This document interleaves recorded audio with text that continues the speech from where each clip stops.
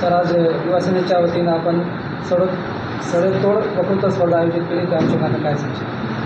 आज जे स्पर्धा ठेवण्यात आलेली आहे, माननीय आदित्यसाहेब ठाकरे यांच्या वाढदिवसानिमित्त सडेतोड स्पर्धा ही अख्ख्या महाराष्ट्रामध्ये ठेवण्यात आलेली आहे.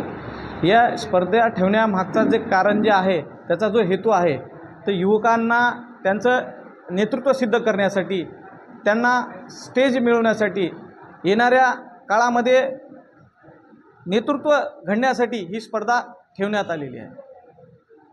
आणि या स्पर्धेमध्ये बऱ्याचशा तालुक्यातून युवक स्पर्धेमध्ये भाग घेतलेत आणि खूप चांगल्या प्रकारे त्यांची भूमिका या ठिकाणी त्यांनी मांडलेली आहे. स्पर्धकांना आपण सन्मान चिन्ह म्हणून काय भेटलं? सन्मान चिन्ह म्हणून त्यांना एक चांगल्या प्रकारची ट्रॉफी दिलेली आहे. यापुढे आणि ही जी स्पर्धा खूप मोठ्या प्रमाणामध्ये आम्ही हॉलमध्ये ठेवणार होतो, परंतु आचारसंहिता असल्यामुळे आम्ही या हॉलमध्ये ठेवले.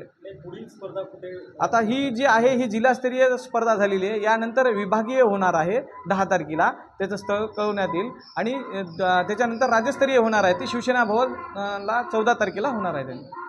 याचा मुख्य हेतू काय आहे?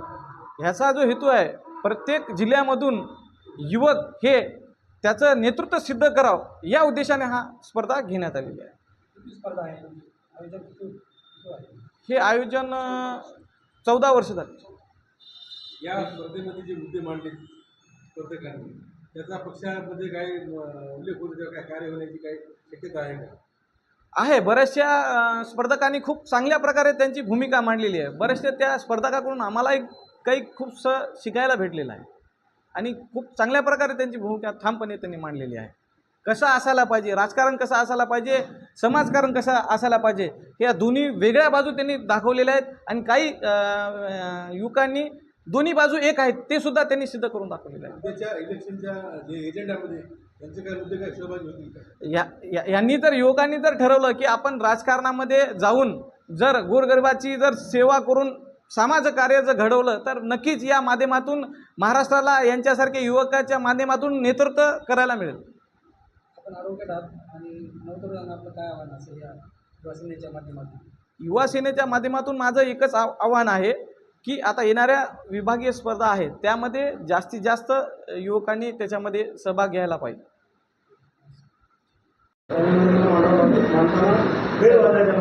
वक्तृत्व स्पर्धा आपण आयोजित केली, त्याच्याबद्दल त्या अनुषंगाने आपण काय सांगशील?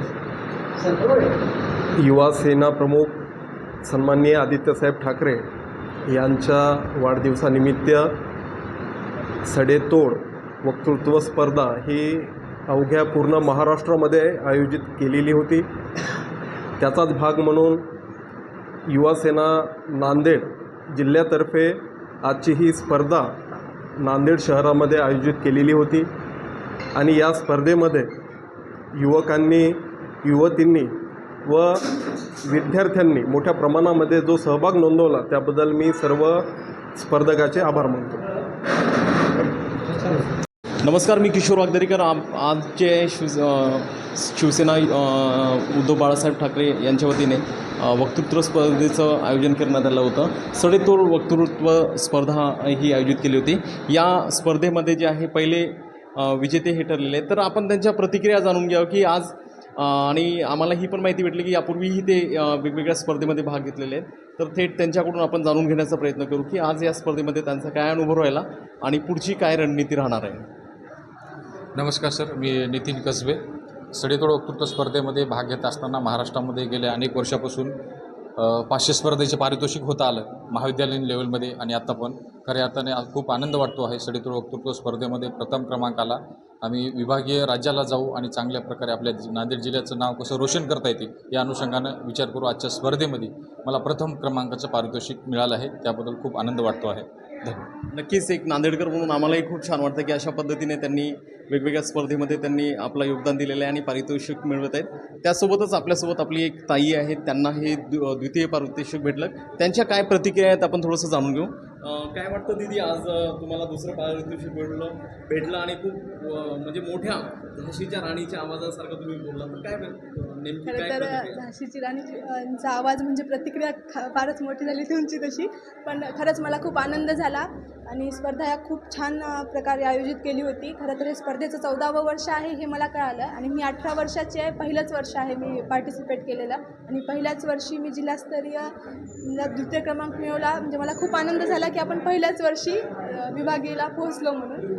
खरं तर स्पर्धा खूप छान होती, प्लॅटफॉर्म खूप छान आहे. माझ्यासारख्या अनेक विद्यार्थ्यांनी या स्पर्धेत पार्टिसिपेट करावं अशी माझी इच्छा आहे. या स्पर्धेमध्ये तिसरे विजेते ठरलेले आहेत. आपण त्यांच्याही प्रतिक्रिया जाणून घेऊ की सडेतोड वक्तृत्व स्पर्धामध्ये आपण जे सहभाग घेतला, तर काय कसं वाटतं आता आपल्याला तिसरं पारितोषिक भेटलं? असं वाटत नाही का की पहिलं भेटायला पाहिजे होतं? नाही, असं काही वाटलं नाही. मला भेटेल हे पण वाटलं नव्हतं, कारण माझं काही प्रिपेअरच झालं नव्हतं. मी लास्टच्या अर्ध्या तासामध्ये काही ते वाचलं होतं आणि ते प्रिपेअर केलं होतं. पण स्पर्धा एकदम छान झाली होती. अशा स्पर्धा व्हायला पाहिजे, म्हणजे की लोकांना त्यांचं मत मांडता आलं पाहिजेत, लोकांना बोलता आलं पाहिजेत, 2 शब्द ऐकवले पाहिजेत त्यांनासुद्धा. युवा सेना आयोजित सडेतोड वक्तृत्व स्पर्धेमध्ये वेगवेगळ्या स्पर्धकांनी इथे आपले विचार मांडलेले आहेत. नक्कीच अशा पद्धतीने जे आहे वेगवेगळ्या राजकारणी पक्षांनी सुद्धा अशा स्तुत्य उपक्रम राबवणे ही समाजाची आणि काळाची गरज आहे. मी किशोर वागदरीकर,